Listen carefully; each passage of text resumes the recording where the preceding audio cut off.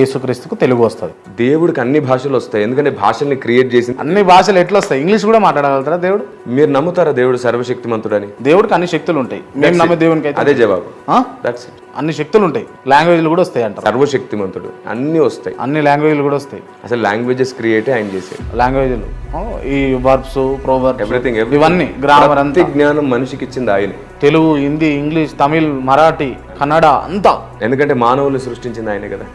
ఇవన్నీ ఎందుకు క్రియేట్ చేసిండు దేవుడు? ఒకటే భాష పెట్టి, ఒకటే వ్యవస్థ పెట్టి, ఒకటే మతం పెట్టుంటే అయిపోతుండే కదా మరి. అందుకే క్రైస్తవ్యాన్ని అర్థం చేసుకుని దానికి అన్నిటికీ ఆధారం బైబిల్ గ్రంథంలో ఉంది. మొత్తం అన్నిటికీ ఆధారం.